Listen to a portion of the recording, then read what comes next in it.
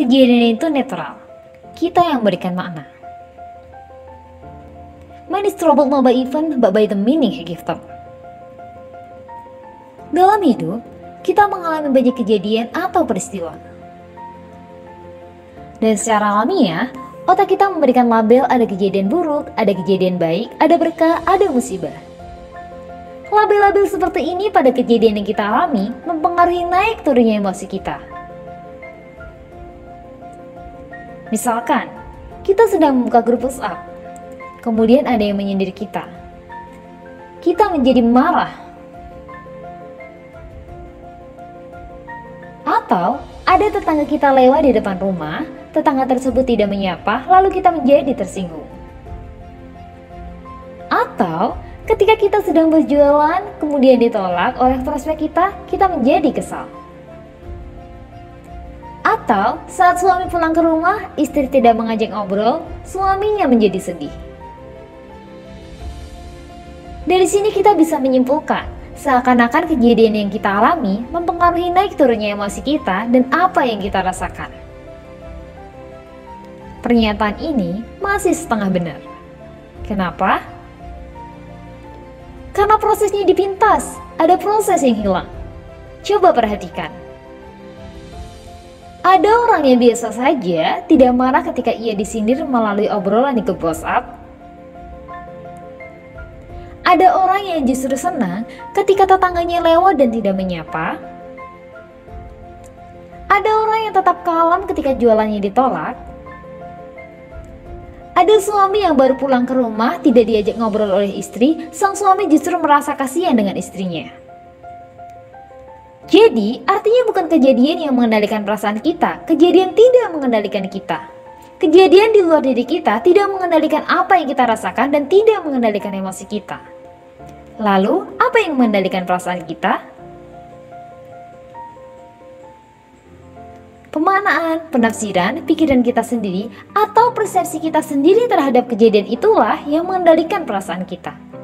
Jadi, perhatikan pemaknaan, penafsiran, pikiran atau persepsi kita sendiri yang mengendalikan perasaan kita. Apa maksud pemaknaan atau penafsiran? Pemaknaan adalah apa yang kita pikirkan pada saat melihat, mendengar, dan mengalami kejadian tersebut. Jadi, apa yang terjadi di dalam pikiran kita bukan yang terjadi di luar diri kita. Pemaknaan adalah apa yang kita katakan kepada diri kita sendiri pada saat melihat dan mendengar ketika mengalami kejadian tersebut. Jika ada orang yang menyindir kita melalui obrolan di grup WhatsApp misalnya, lantas kita berpikir, maklumlah dia belum begitu mengenal diri saya. Wajar jika sikapnya begitu, maka kita tidak akan marah atau biasa saja. Sebaliknya, jika kita berpikir kurang ajar, nggak sopan, ku kasih pelajaran baru tahu rasa, maka akhirnya kita menjadi marah. Atau kejadian tetangga lewat rumah kemudian tidak menyapa, kita berpikir untung dia nggak nyapa, kalau nyapa sekali ngobrol pasti lama, maka kita justru akan senang ketika tetangga lewat dan tidak menyapa. Sebaliknya, jika kita berpikir sombong sekali dia baru beli mobil baru saja, sombongnya segitu, maka kita akan menjadi tersinggung.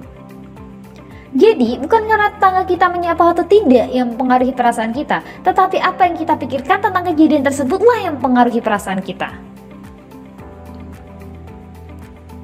Atau misalnya saat jualan kita ditolak, kemudian kita berpikir, sayang sekali saat itu niatnya bantu dia, tapi kalau dia tidak mau dibantu ya tidak apa-apa. Dan kita tidak akan kesal, sedih, kecewa pada saat ditolak, kita akan menjadi biasa. Tetapi ketika kita berpikir, gila sudah jauh-jauh datang, sudah ketemu lebih dari 1 bulan, lebih dari 9 kali, ujung-ujungnya nolak, benar-benar waktu, wajar kalau kita menjadi menyesal. Jadi, kesimpulannya kejadian itu netral, pikiran kita yang memberikan makna, pikiran kita yang memberikan label baik buruk, benar salah, dan seterusnya. Pemaknaan inilah yang mempengaruhi perasaan kita. Tidak ada sikap orang lain yang membuat kita marah, apa yang kita pikirkan terhadap sikap orang lain tersebutlah yang membuat kita marah. Kita menerjemahkan sikap orang lain dengan menjengkelkan, merendahkan, menghina, mengecewakan, dan lain sebagainya. Ini adalah pikiran yang ada di dalam kepala kita, dan inilah yang memicu perasaan kita.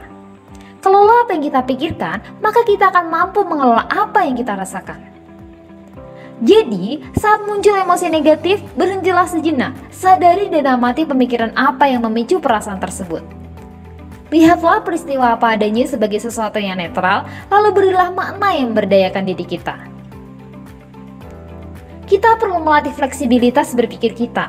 Saat merasakan emosi negatif, tanyakan pada diri kita, apa pemikiran yang memicu perasaan ini? Apakah pemikiran ini adalah sebuah fakta? Atau hanya asumsi saya? It's not the event of our lives or shape us, but the meaning we attach to those events.